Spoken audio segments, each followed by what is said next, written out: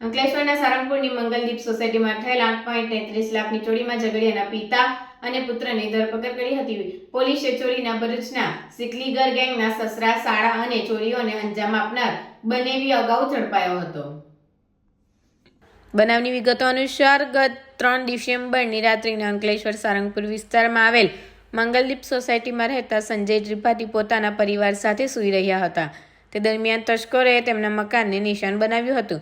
તસ્કરોએ મકાનનો તાળો તોડી અંદર પ્રવેશ કર્યો હતો અને જે રૂમમાં સંજય ત્રિપાઠી તેમજ બીજા રૂમમાં સૂતેલા હતા અને તેમની માતા જે રૂમમાં હતા તે રૂમના દરવાજાને બહારથી બંધ કરી તસ્કરોએ પૂજા ઘરના રૂમમાં રાખેલ તિજોરી તોડી તેમાંથી સોના ચાંદીના દાગીના અને રોકડ રકમની ચોરી કરી ફરાર થઈ ગયા હતા. ચોરી અંગે સંજય ત્રિપાઠીએ GID પોલીસ મથકમાં ફરિયાદ નોંધાવતા પોલીસે ₹8.18 લાખના સોના ચાંદીના દાગીના અને રોકડ ₹15,000 મળી કુલ ₹8.33 લાખની ચોરીનો ગુનો નોંધી વધુ તપાસ હાથ ધરી છે.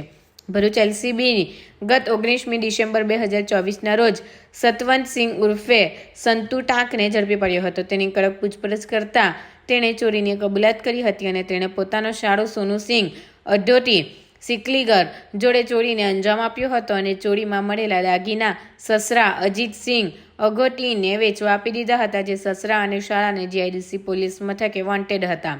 જે અંગે GIDC પોલીસ ઝઘડિયાના દધેરા ગામ ખાતેથી સોનુસિંહ અઘોટી, સસરા અજીતસિંહ અઘોટીને ઝડપી પડ્યા હતા અને સતવંતસિંહ ઉર્ફે સંતુ ટાંકે આપેલા દાગીના કોને વેચ્યા છે તે પૂછપરછ શરૂ કરી હતી અને દાગીના રિકવર કરવા માટે રિમાન્ડની તજવીજ શરૂ કરી હતી.